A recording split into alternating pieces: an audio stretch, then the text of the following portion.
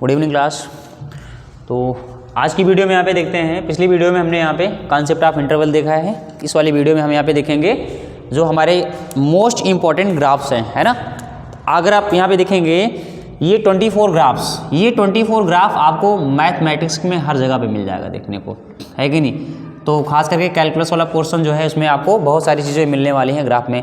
हो सकता है कि 12th क्लास में बहुत सारे ग्राफ हैं जो आपको देखने को ना मिले, है कि नहीं।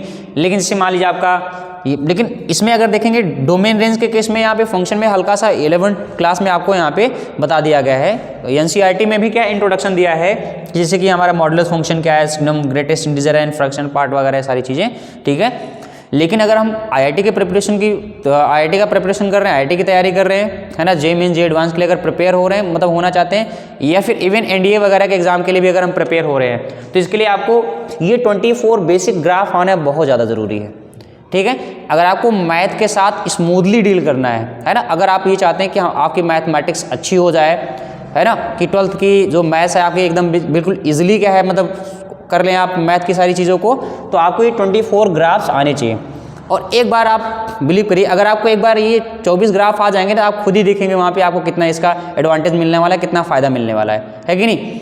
अगर जैसे कि एग्जाम्पल की बात करते हैं, आगे चल के आपका एक रिलेशन एंड फंक्शन चैप्टर आएगा क्लास 12th में, तो वहाँ पे फंक्शन का टाइप बताना होता है कि 1 फंक्शन है, मेनी वन फंक्शन है, इनटू फंक्शन है, ऑन टू फंक्शन है। तो और आपकी क्लास के और सारे बच्चे जिन्होंने ग्राफ नहीं पढ़ रखा है, वो बच्चे उसका क्या है, मतलब पूरा का पूरा थ्योरेटिकल पार्ट लगाएंगे, आधे पेज का सॉल्यूशन निकालेंगे, तब मतलब लगाएंगे, तब बताएंगे कि हमारा फंक्शन 1 है, मेनी वन है, कि इनटू है, कि ऑन टू है। आप क्या करेंगे, तुरंत उसका ग्राफ ड्रॉ करेंगे, और ग्राफ ड्रॉ करने में आपको लगभग 15 से 20 सेकंड का टाइम लगता है, इससे ज़्यादा नहीं लगेगा, है कि नहीं। 15 से 20 सेकंड में आप ग्राफ ड्रॉ कर लीजिए, तुरंत आप उसका आंसर बता सकते हैं कि हमारा 1 है, मेनी वन है, इनटू है, कि ऑन टू है, ठीक है। इसके आगे चैप्टर आएगा, अगर हम बात करेंगे इंक्रीजिंग फंक्शन, डिक्रीजिंग फंक्शन। आप ग्राफ देख के आप उसका क्या नेचर बता सकते हैं कि हमारा फंक्शन इंक्रीज हो रहा है कि डिक्रीज हो रहा है, इसका मैक्सिमा पॉइंट क्या होगा, मिनिमा पॉइंट क्या होगा।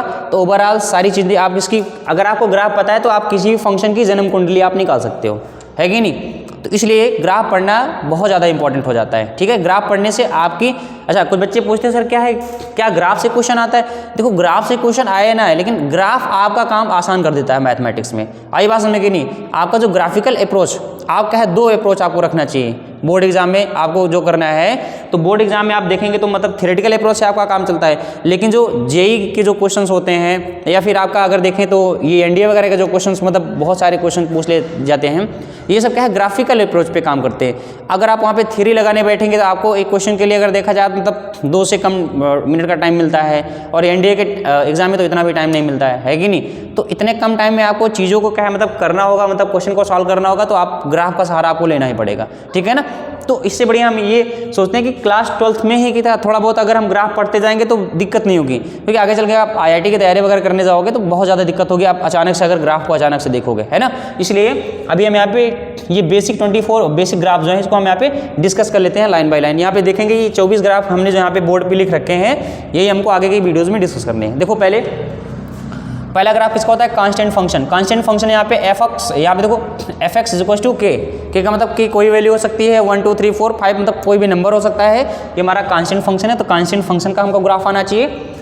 दूसरा है हमारा लीनियर फंक्शन। लीनियर फंक्शन क्या है, f x is equal to x, मतलब एफ एक्स हमने यहाँ पे लिख दिया, y is equal to x भी आप लिख सकते हो, ठीक है। तो हमारा एक्स का हमको ग्राफ आना चाहिए। एक्स स्क्वायर हमारा पैराबोलिक फंक्शन है, एक्स स्क्वायर का ग्राफ आना चाहिए। जब आप पैराबोलिक फंक्शन का ग्राफ पढ़ लोगे तो आप वहाँ पे क्वाड्रेटिक इक्वेशन में आपने पढ़ा होगा, क्वाड्रेटिक इक्वेशन का जो ग्राफ का नेचर होता है वो इस तरह का बनता है, कभी ऐसे बनेगा कभी ऐसे बनेगा, है ना, पैराबोला बनता है। तो आप क्वाड्रेटिक इक्वेशन में भी क्या अच्छे से आप डील कर पाओगे, वहाँ के क्वेश्चंस भी आपसे इजीली सॉल्व होने लगेंगे, ठीक है, नंबर ऑफ सॉल्यूशन निकालने में। अब देखो स्क्वायर रूट का ग्राफ, स्क्वायर रूट में अगर देखेंगे रूट ऑफ एक्स का ग्राफ कैसे बनेगा ये हम देखेंगे। क्यूबिक फंक्शन में देखेंगे f x is equal to x cube का फंक्शन, यहाँ पे ग्राफ कैसे बनेगा, क्यूबिक फंक्शन का ग्राफ। और exponential function f x equal to 8 to power x, है ना। एक्सपोनेंशियल में 2 केसेस होते हैं, एक ये है जब बेस की वैल्यू क्या है, जब ये 1 से बड़ी होगी तब फंक्शन का अलग नेचर होगा, है ना, तब हमारा फंक्शन क्या है, डायरेक्टली इंक्रीजिंग होगा। अगर हम बात करेंगे ये बेस ए की वैल्यू क्या है, 0 से 1 के बीच होगी, तब हमारा फंक्शन का नेचर देखेंगे, ये क्या है कि डिक्रीजिंग का ग्राफ बनेगा, है ना, तो मतलब डिक्रीज होगा फंक्शन।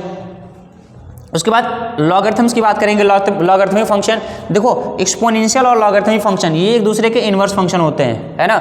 एक्सपोनेंशियल का उल्टा निकालेंगे, इनवर्स निकालेंगे तो लॉगरिथमिक फंक्शन आ जाएगा, और लॉगरिथमिक फंक्शन का इनवर्स निकालेंगे तो एक्सपोनेंशियल आ जाएगा, ठीक है ना। तो लॉगरिथमिक फंक्शन में भी दो केस होते हैं। एक क्या है, जब ये बेस जो ए जो है ये 0 से 1 के बीच होता है तब, और ये जो 1 से बड़ा होता है तब। ये हम चीज़ें डिस्कस करेंगे लॉगरिथमिक और लॉगरिथमिक फंक्शन के बारे में डिस्कस करते समय। उस समय हम यहाँ पे लॉग की कुछ प्रॉपर्टीज है उसको भी हम डिस्कस करने वाले हैं, ठीक है ना। तो इसी में कवर कर लेंगे। इसके बाद रेक्टेंगुलर हाइपरबोला फंक्शन होता है fx = 1/x, है ना। ये बहुत बार ग्राफ में यूज हो जाता है। रेक्टेंगुलर हाइपरबोला का ग्राफ कैसे बनता है ये देखेंगे। इसका अच्छा, ये जो हम ग्राफ यहाँ पे डिस्कस करेंगे इसके साथ साथ हम आपको इसका डोमेन और रेंज भी बताते जाएंगे, ठीक है ना। तो इससे आपको बहुत सारा फायदा हो जाएगा। आपको डोमेन रेंज बार बार क्या है मतलब रटने की जरूरत नहीं पड़ेगी। हम देखते हैं बच्चे क्या है sine cos tan cot sec cosec, मतलब ट्रिग्नोमेट्रिक फंक्शन का डोमेन और रेंज क्या रटने बैठ जाते हैं। तो कितने फंक्शन का आप डोमेन रेंज रटेंगे बताइए, है ना। इससे बेटर है हम उसको समझ लेते हैं, ठीक है। अब देखो फिर यहाँ पे इंपॉर्टेंट है, ये देखो मॉडुलस फंक्शन। मॉडुलस फंक्शन का बहुत ज़्यादा यूज़ है, इसको हम एब्सोल्यूट वैल्यू फंक्शन भी बोलते हैं। मॉडुलस फंक्शन बोलिए फिर एब्सोल्यूट वैल्यू फंक्शन बोलिए, तो ये मॉडुलस फंक्शन इसके बाद डिस्कस करेंगे। फिर सिग्नम फंक्शन होता है। सिग्नम फंक्शन ये आगे कैसे होगा, ये SGN mod of x/x या फिर x/mod x के फॉर्म में लिखा होता है। इसको मतलब ये सारी चीज़ें हम डिटेल से डिस्कस करने वाले, यहाँ पे एक समराइज कर रहे हैं कैसे यहाँ पे करेंगे चीज़ों को। देखो ग्रेटेस्ट इंटीजर फंक्शन ये मोस्ट इंपॉर्टेंट फंक्शन है। इसमें क्या है कि मतलब लगभग क्या है कि बड़े से बड़े सुरमा इसमें धराशायी हो जाते हैं, है कि नहीं। वो सोचते हैं कि बस इसका ग्राफ बना लिया क्या हमारा काम हो गया खत्म। ऐसा नहीं है। ग्रेटेस्ट इंटीजर फंक्शन क्या है, फंक्शन में डायरेक्टली IIT से बहुत बार क्वेश्चन पूछे गए हैं, ठीक है ना। तो अगर आपको IIT की तैयारी करनी है तो ये ग्रेटेस्ट इंटीजर फंक्शन क्या आपके लिए बहुत इंपॉर्टेंट फंक्शन बनने वाला है, ठीक है ना। इसको आप हल्के में मत लीजिएगा। इसके बाद फ्रैक्शनल पार्ट फंक्शन की बात करते हैं। तो फ्रैक्शनल पार्ट फंक्शन भी क्या है कि मतलब इसका भी ग्राफ कुछ इसकी तरह होता है। तो ये कर्ली ब्रेसेस में हमने यहाँ पे लगा रखा है, ठीक है। इसके बाद देखते हैं ये ट्रिग्नोमेट्रिक फंक्शन। 6 ट्रिग्नोमेट्रिक फंक्शन हमको पढ़ने हैं। ट्रिग्नोमेट्रिक फंक्शन आपको पता ही है, sine cos tan cot sec cosec, ठीक है। 6 टाइप का होता है। और अगर 6 ट्रिग्नोमेट्रिक है तो 6 इनवर्स ट्रिग्नोमेट्रिक फंक्शन भी होंगे।